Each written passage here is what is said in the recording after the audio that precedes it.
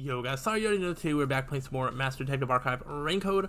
On the last time we sat through a very, very long play, but it ended up with something interesting happening because the main actress died, just straight up died. Not as part of the play, but for realsies.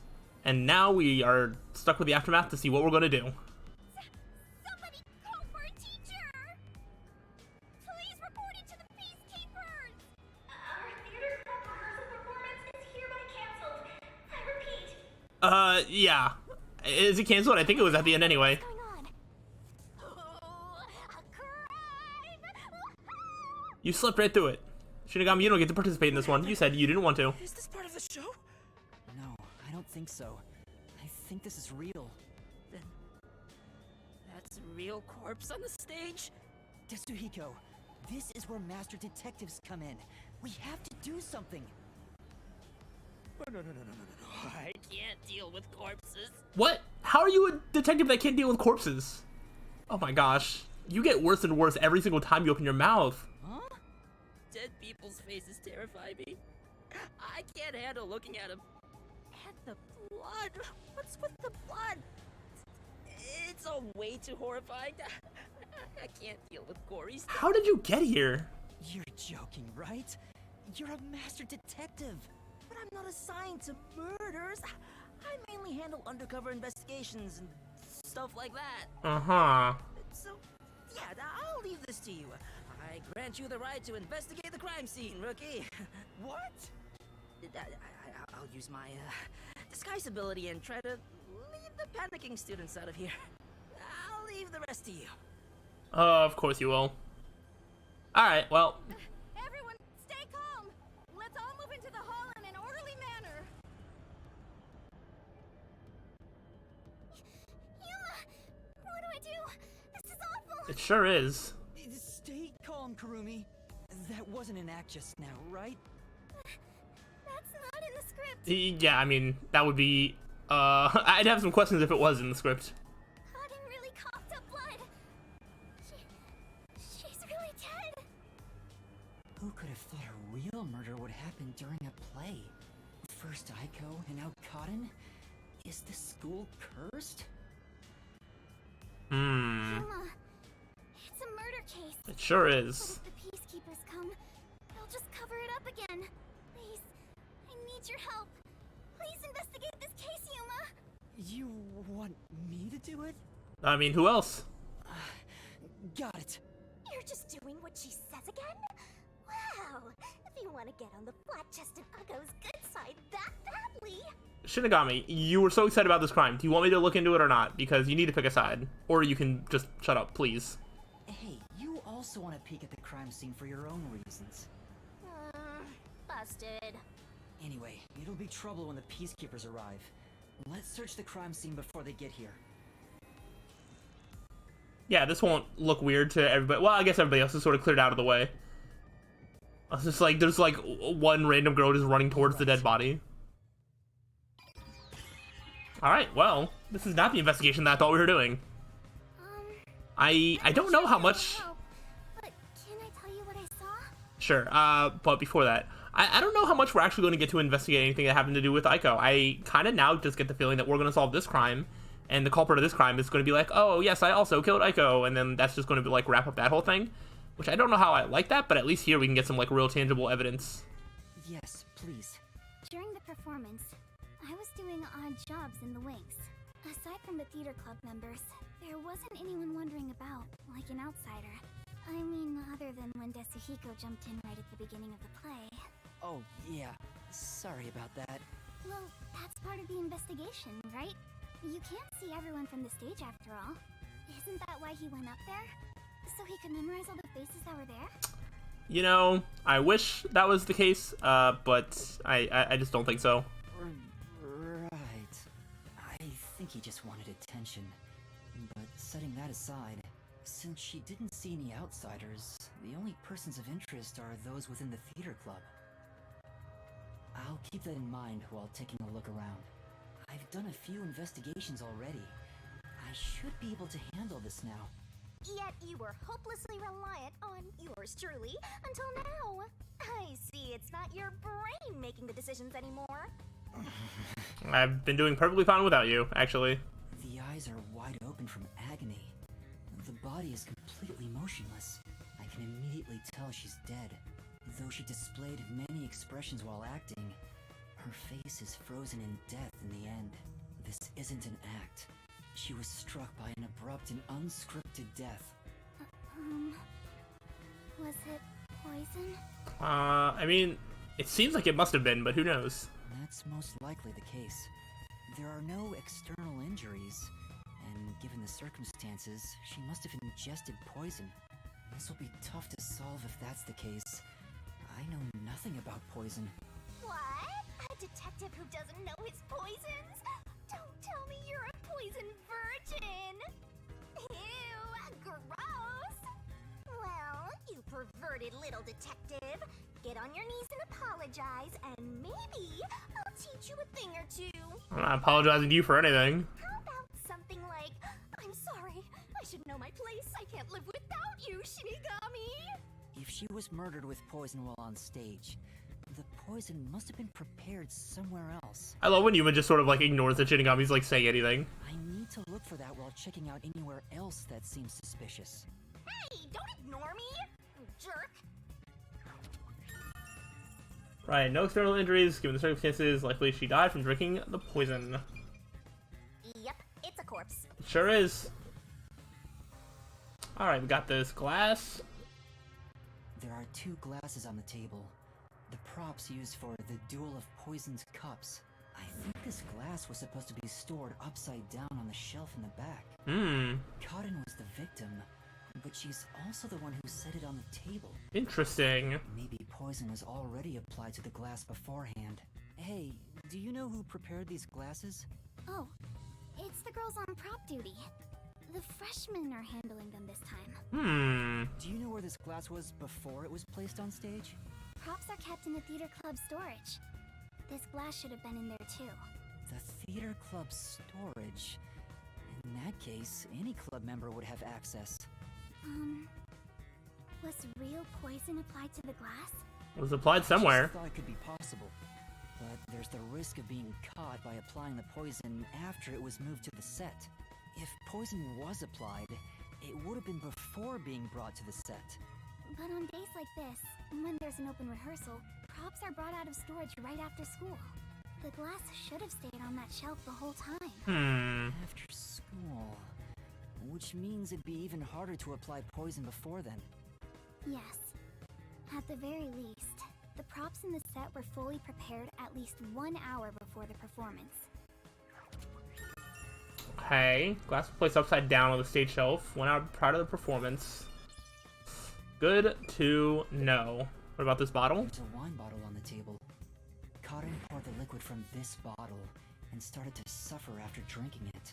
Then that means there's a chance the poison was mixed into this bottle. Not if both of them drank it. This isn't wine in here, right? Of course not. It's just grape juice. I poured out the bottle and replaced what was inside. Huh? You, Kurumi? After class, I was asked to help out before I went to get you.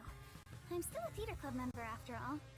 Also, is that like real? If that was wine at one point, that wine has 25% alcohol volume, which is like a lot for wine. Were both the wine and grape juice sealed before you swapped them out? Yes. I received the unopened wine bottle from a club member. I uncorked the bottle and poured the wine down the sink. It's a waste, but we can't drink it anyway. After that, I went to the cafeteria and bought a can of grape juice. Of course, this was also unopened. I poured the juice into the bottle, then put the cork back. I passed the bottle to a club member and my job was done. That bottle was then placed with the glasses on the shelf before the performance. I see. With so many people around, poison couldn't be added to the bottle after it was placed on stage. No. If poison was mixed in, it'd be before it was brought on stage. Okay. And then what about this poison vial? This vial is supposed to have poison in it, according to the script. But it's empty now. It's dry and shows no signs of ever being wet. To be sure, the poison in this vial wasn't real. and it was just another prop, right? Yeah, like definitely when she was like adding poison in the show, there was nothing coming out. Absolutely. It was always empty. The contents spill easily because of the loose lid, so we don't even keep colored water in it. Cotton just pretended to pour poison from the vial into the glass on stage. Then it's hard to imagine there being any poison inside it. Yep. Okay, what else do we got? So that has check marks. Anything more that you can say? Not only is Aiko gone, but now Cotton too. Could this also be a fight for the lead role? If so, those most suspicious are Cotton's rivals. Yoshiko, Waruna, and Kurane.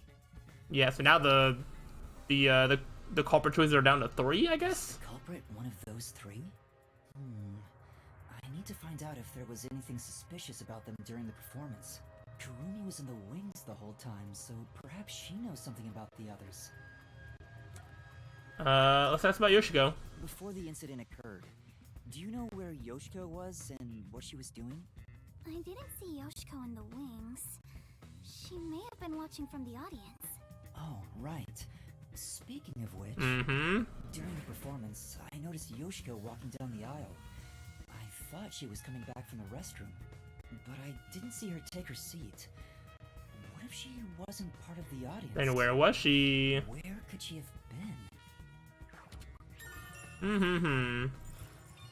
Very interesting. Let's go ahead and just ask about all of them. Kurumi, did you notice anything suspicious about Waruna while you were watching from the wings? As far as I can tell, Waruna was just her usual self. She was listening to music right up to the start of the play. I think that's how she concentrates. Did she go near the glasses or bottle before the performance? I wasn't watching her the entire time, but if she did go near the set, I think I would have noticed. I see. Waruna was the closest to the victim. That's ample opportunity to commit the crime. But still, how did she add the poison? It couldn't have been during the performance, right? Wait, now that I think about it, right after the lights went dark in that one scene, she went near the shelf to pick up a plate. Oh, interesting. Oh yeah, the lights did go out for a short time at one point as well. Her back was toward the audience, so I couldn't see her hands. But she only had 2 or 3 seconds max. Could she have poured hidden poison in the glass in that time? Maybe. Did she have any other opportunities after? The next time she touched the glasses was during a shuffling scene. Oh yeah, she could have done it there as well. But it was Cotton who moved the glasses and bottle. She also prepared the poison vial. And plus, after shuffling, Cotton was the one who chose the first glass. Given the situation, it'd be difficult for Waruna to poison Cotton specifically. That's a good point. Good point, good point.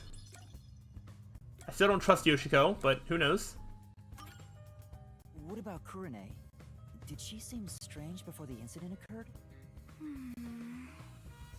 I haven't seen Kurane. She was working up above the whole time. Above? Oh, she was managing the lights then. There's a catwalk above to adjust the lights, and that's where Kurane was supposed to be. So I didn't see her in the wings. There's another girl handling the lights, so it would be helpful to speak to her. Okay. We'll have to do that then. Alright, and then the last one. Before the performance, did you notice anything off about Cotton? Well, I think she was more on edge than usual. She yelled at underclassmen who were late in preparing for the show. She also paced around restlessly. That's not just today. She's been that way since Aiko's death. Maybe the whole battle for the lead role had stressed her out. But since she was murdered after Aiko, she should be considered another victim, right? If she knew someone was out to get her, then it's not strange for her to be mentally unstable. Good to know. The ones fighting for the lead role are Yoshiko, Waruna, and Kurane. None of them seem particularly suspicious so far. Hey, how long are you gonna keep this up? I'm so over playing 20 questions with this ugly chick. That reminds me, the lights went dark during the performance, right? The entire hall was blacked out. It sure was. Wouldn't it be possible for someone to sneak up on stage and place the poison then? Oh, I hadn't thought of that, but I don't think it's possible. Not to go up on stage from, like, the audience or anything. Why not? The blackout lasted for only 5 seconds. We measure it each time to ensure there are no mistakes. So someone would have to move through the dark, get on stage, apply the poison, and get away, all in 5 seconds. And you would definitely hear footsteps of anybody doing that. That sounds impossible to me. If they were in a hurry, their footsteps would have been heard by everyone too. From the audience, it may be impossible, but what about from the wings? No, there were multiple club members, including me, in the wings at all times. While the lights are out, we are always on standby to support the actors. If someone went on stage, the other members and I would have noticed. I guess it's not possible then. Even an amateur has more logic than you. I guess you're useless without a certain someone. Okay. So where can we go? Can we go up? Up here? She mentioned that the catwalk for adjusting the lights is up above. Are those the stairs to reach them? Would you like to go check up there? Yeah, I would. The spotlights for the stage are set over there. It's a lot narrower than I thought. It's pretty high up. Yeah. It'd be hard on anyone with the fear of heights. So you can move the lights as needed for the play. The table is directly below, which means Ooh. you can't see the glasses getting shuffled from the audience seats, but they could have been visible from up here. Oh, interesting. I could find out for sure if I could talk to someone that was up here. Okay. Where else would I need to check? My place is among the gentry, so these don't suit my palate. What's this? There's a script on the floor.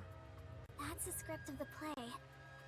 Someone must have dropped it in all the chaos. Okay. The script describes the Duel of Poisoned Cups scene. Really? The character Natasha, played by Cotton, is supposed to take the wine and glasses from the shelf. After that, the glasses are shuffled on stage. According to the script... Anatoly shovels glasses. No, make sure the audience cannot see the glasses. Until we finish. Tasha, it's my turn then. Tasha also shuffles in a similar way. I'm ready. Kelly and Tasha stand on opposite sides of the table, facing one another. After that, Cotton takes the first glass, and they both drink at the same time. Unfortunately, Cotton's glass turned out to actually be poisoned. Kurumi, I was wondering about this script. It says, make sure the audience cannot see the glasses. Why is that? It's to make the result feel unpredictable to the audience. If the glasses are visible, no matter how fast they are shuffled, the audience can see which one has the poison. The script doesn't say anything about how many times to shuffle the glasses, or which one will have the poison in it. Exactly. There's no poison to begin with, so it doesn't matter which one's picked. You just pick any glass and act out your death after drinking. In the script, Cotton was to die, but I didn't think she'd actually die. I see. Since the instructions aren't precise, both actresses don't know the results from shuffling either. Yeah, makes sense. Maybe that's all the investigating I can do. Sure. I'm gonna end the investigation, but I'm actually going to end the episode before I do that, because this is going to go into a long, section of more story, and I feel like this is a good stopping point. So, we have our investigation. I don't know if there's gonna be more to investigate, more people to talk to. I don't really know the timeline as to what's gonna happen here, but we have ourselves a crime, and we have ourselves some time to get ready for the Mystery Labyrinth. So hopefully you're looking forward to more. If so, let me know, but I'll see you next time. So till then, peace out.